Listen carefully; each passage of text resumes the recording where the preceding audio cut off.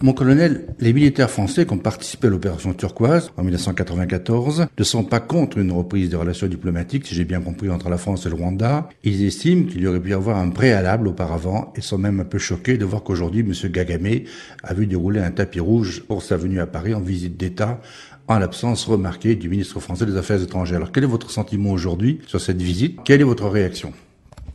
Comme j'ai eu l'occasion de l'écrire ou de le dire ailleurs, je pense que cette visite est fondamentalement choquante pour deux raisons principales. Là, c'est l'ancien officier de l'opération turquoise qui s'exprime. Monsieur Kagame a fait proférer par son régime, il y a 3 ans, en août 2008, des accusations extrêmement graves, mensongères et calomnieuses, qui sont groupées dans un rapport de quelques centaines de pages qui s'appelle le rapport Mussio. Ce rapport est émaillé même de faux documents, de faux facsimilés. Ce rapport, pour moi, est un pavé dans la mare qu'il a jeté un peu comme une réponse du berger à la bergère suite aux accusations portées et au mandat délivré par le juge Bruguière un peu avant, qui avait valu à la France et au Rwanda d'ailleurs de rompre leurs relations diplomatiques. Ce rapport est donc un rapport purement politique, c'est une instrumentalisation de l'histoire, c'est une désinformation majeure. Je considère que la France, en tant qu'État, ne peut pas entretenir des relations avec le Rwanda en tant qu'État à partir du moment où il y a des accusations aussi graves portées non seulement contre l'armée française, mais contre la France.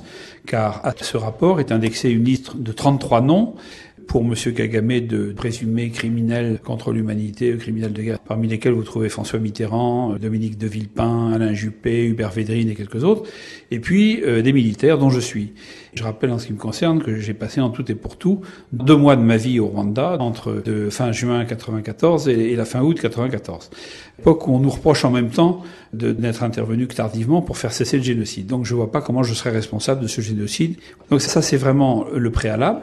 Le deuxième aspect pour lequel cette visite me choque beaucoup, c'est que M. Kagame est tout sauf un homme épris de valeurs humanistes et de liberté, de respect des droits de l'homme. J'observe le traitement qui est réservé aujourd'hui à son opposition, opposition démocratique, opposition qui est dédouanée des responsabilités dans le génocide, j'insiste bien, parce que sinon ce serait une autre paire de manches évidemment.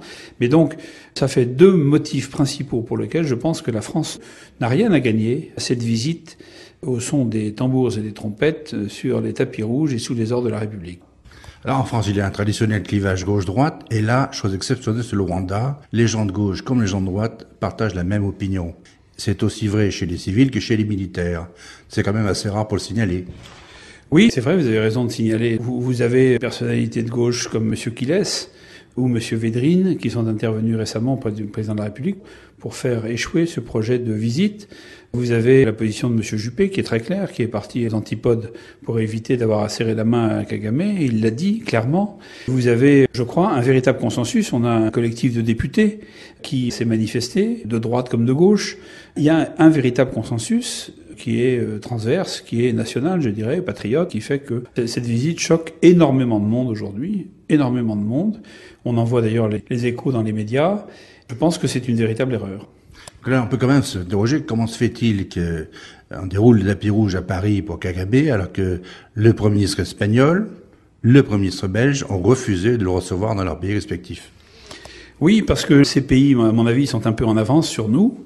Pourtant, le constat est public que Kagame, encore une fois, non seulement n'est pas un grand démocrate, non seulement réserve un sort peu enviable à son opposition démocratique. Quand vous faites tondre une femme d'une 40aine d'années qui est votre principale opposante et qui a le courage de venir se présenter depuis l'Europe où elle coulait des jours faciles contre vous à l'élection présidentielle, et vous l'achetez en prison au secret avec interdiction de voir qui que ce soit, ce sont quand même des pratiques qui méritent d'être rappelées à nos concitoyens pour leur dire comme on a de la chance de vivre en France aujourd'hui. L'Espagne et la Belgique ont pris la mesure de cette affaire, notamment parce que l'ONU a fait paraître récemment un rapport, qui est le rapport Mapping, qui explique la responsabilité directe de Kagame dans le génocide au Congo, qui s'est tenu dans l'est du Congo entre 1995 et maintenant, qui a vu des centaines de milliers de morts. On parle de 800 000 morts. On parle de 800 000 morts, c'est-à-dire le même chiffre, hélas, qu'au Rwanda, et dont Kagame est alors là directement l'instigateur. Autant il peut prétendre ne rien avoir dans le génocide rwandais de 94, ce dont je doute personnellement, mais il peut se réfugier derrière la responsabilité évidemment des donneurs d'ordre extrémistes Hutus de l'époque, qu'il a quand même, je pense, bien manipulé, mais autant il ne peut pas se dédouaner de ses responsabilités dans ce nouveau génocide impressionnant, et l'ONU est très claire là-dessus. Donc je pense que les belles heures de M. Kagame sont finies. Les États-Unis et la Grande-Bretagne, qui étaient les alliés traditionnels de M. Kagame, l'ont d'ailleurs lâché récemment.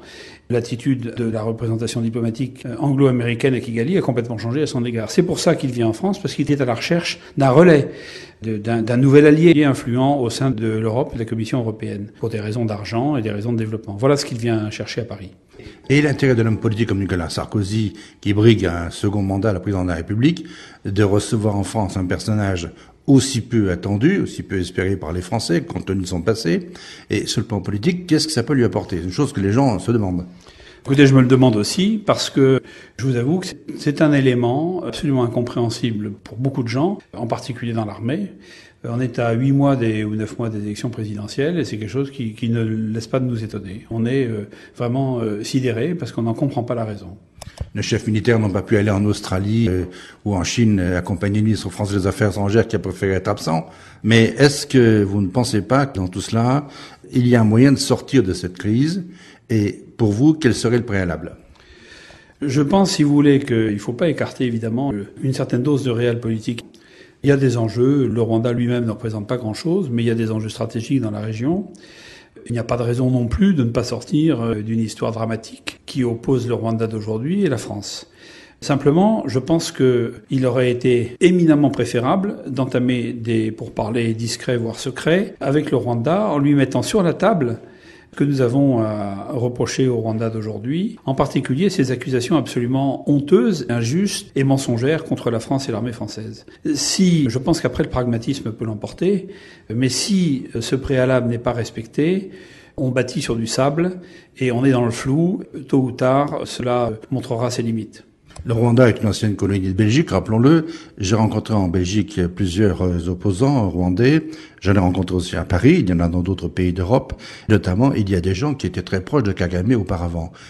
Ces gens l'ont quitté. Comment expliquez-vous qu'aujourd'hui, ce soit pratiquement un homme, sinon seul, mais pratiquement seul? Justement, je dirais que ce qu'il y avait de meilleur au FPR, au Front patriotique rwandais, qui l'entourait, ses plus fidèles compagnons d'armes, les plus honnêtes, les plus droits, les plus justes, les plus désintéressés, ceux qui avaient vraiment un idéal, aspiraient à la construction d'un autre Rwanda que celui que Kagame a construit. C'est la raison pour laquelle il connaît tant de défections dans son propre camp. Ses compagnons d'armes, parmi les premiers, les généraux Nyamwaza, Karegeya et bien d'autres, personnalités emblématiques du FPR. J'en connais quelques-uns avec lesquels j'ai les meilleures relations aujourd'hui. Ces gens-là, en fait, c'est la dérive totalitaire du pouvoir qui les a fait fuir et qui les a fait entrer en dissidence et qui les a amenés à créer leur propre parti d'opposition.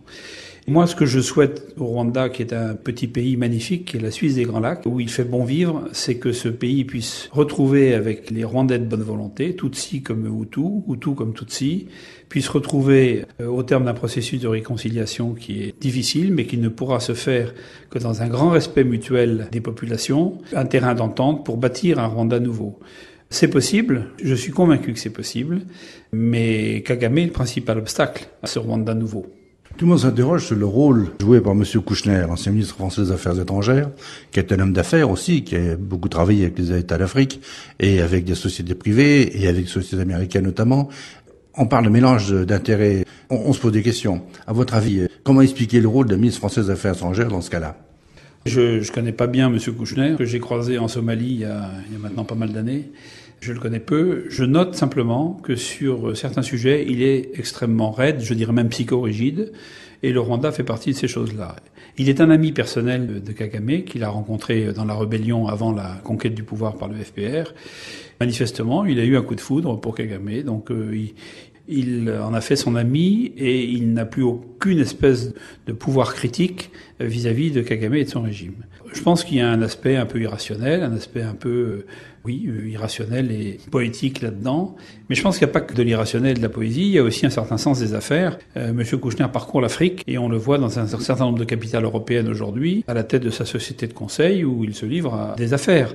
J'ai pas de jugement à porter sur la nature de ces affaires, sauf qu'il y trouve son content au plan personnel et financier. Voilà ce que j'ai à dire.